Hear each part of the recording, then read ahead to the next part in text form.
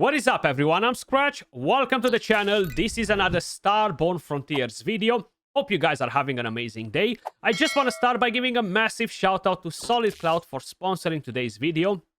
Today, guys, I am actually on their test server and I have access to the real endgame in Starborne Frontiers. So we're going to do a guide on one of the bounty bosses. And I gotta say, they have so many powerful gear sets that I haven't discovered before. So I'm actually really excited. Now, before we dive into that, if by any chance you have been living under a rock and you haven't heard about Starborne Frontiers, guys, this is basically a auto battle, a free-to-play tactical RPG game. Available on both PC and mobile, guys. You can actually download it directly from Steam on your PC.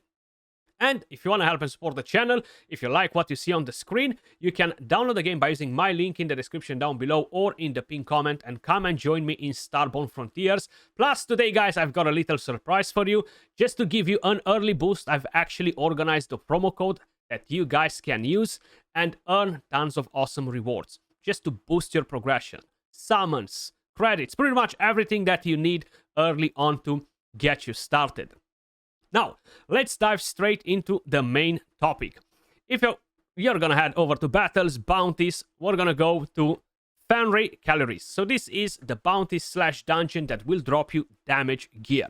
And as I mentioned, there are tons of different sets that are not coming from the bounties that are super powerful. But still, I think this is one of the most important bounty bosses in my opinion because it drops you attack gear, which of course will be really important.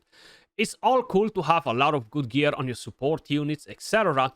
But if your damage dealers are not able to push in big numbers to kill the bosses, either you're going to slowly die and struggle because eventually your damage dealer will die, either you're just not going to have enough damage. So from here, you're going to get attack, critical, and speed gear. Now we're going to go straight to stage 15 right here. And I'm going to show you an awesome strat for this boss. Basically, we're going versus a single unit. The passive, the boss is immune to control debuffs and charge loss effects and takes 50% less damage from dots. So you don't really want to prioritize in bringing in here tons of dot damage dealers because they won't be as effective. Now, every turn the boss gains pressing onslaught. Whenever an enemy unit dies, the boss repairs 10% of its max HP and gains attack up to for 2 turns. Additionally, on kill, the boss clears pressing onslaught, which will increase the outgoing direct damage by 10%.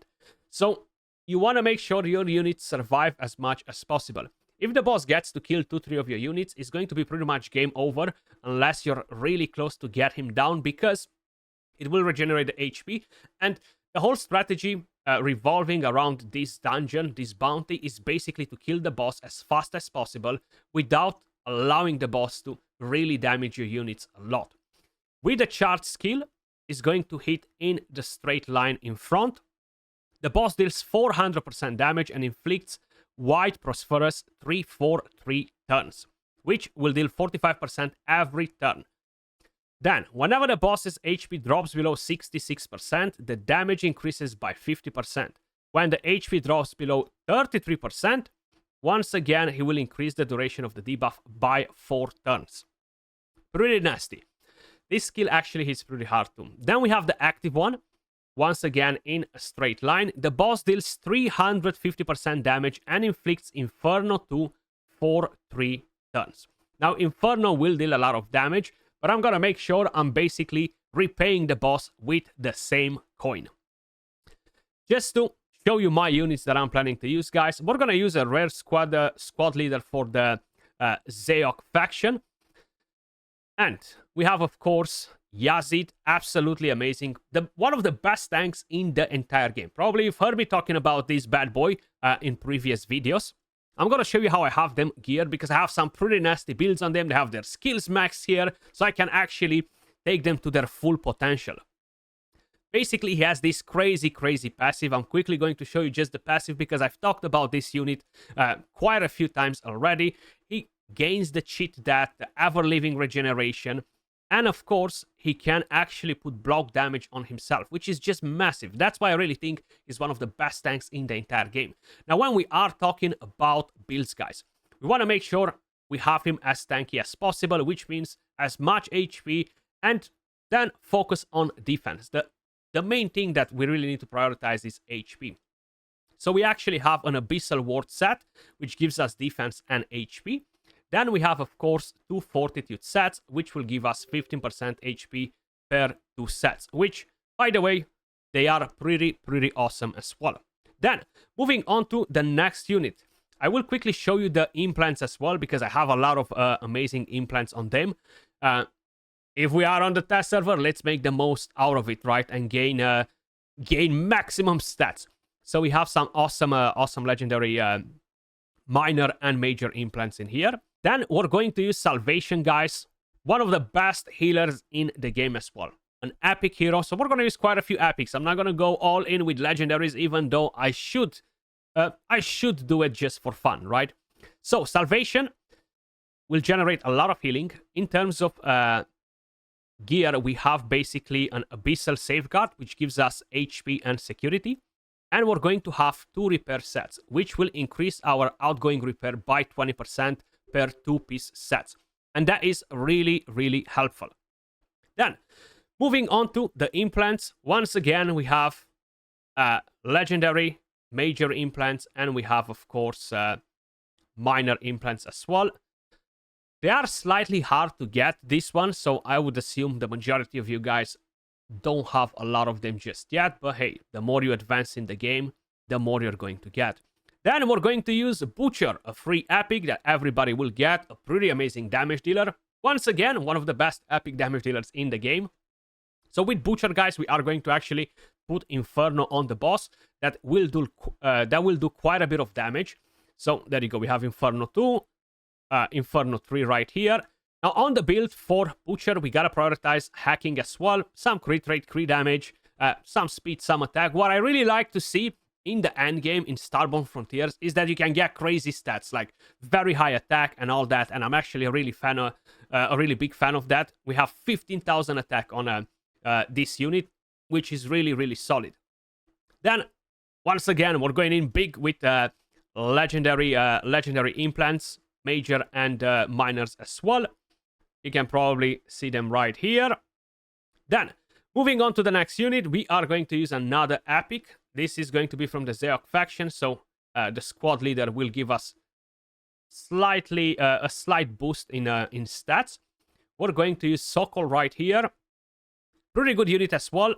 Deals damage right here, but it will extend active debuffs by 1 turn. And we have a pretty interesting passive with Blast, which will increase outgoing direct damage by 15%, stacking up to 4 times. So that will be really helpful. Now, in terms of gear sets, we have, of course, a critical set, and we have 2 Abyssal Assault sets, which will be attack and crit power on the unit. Same story with the implants. Go big or go home. And for the final unit, which will basically glue all this strategy together, we have these amazing units. So we have Valkyrie. The main thing that Valkyrie does, guys, not only that will, of course, bring the debuffs and stuff, but you have the Concentrate Fire, okay? Which will basically make all of the units to focus all of the damage on the same enemy at the same time. So that is actually really helpful. Now, let's dive straight into it and show you exactly how this is going to be played. We actually have another unit that we can bring in instead of one of the epics that will do Concentrate Fire. And that is, in my opinion, the best strategy to take this boss down. It's gonna be a pretty quick run. We're not going to waste much time in here. Now, I should actually position my unit slightly different. I should move Valkyrie from there because it can get smacked pretty hard once the boss starts using the active skill. There you go. We lost Valkyrie. I had a feeling that was going to happen. But look, we have the Inferno. We have the defense down.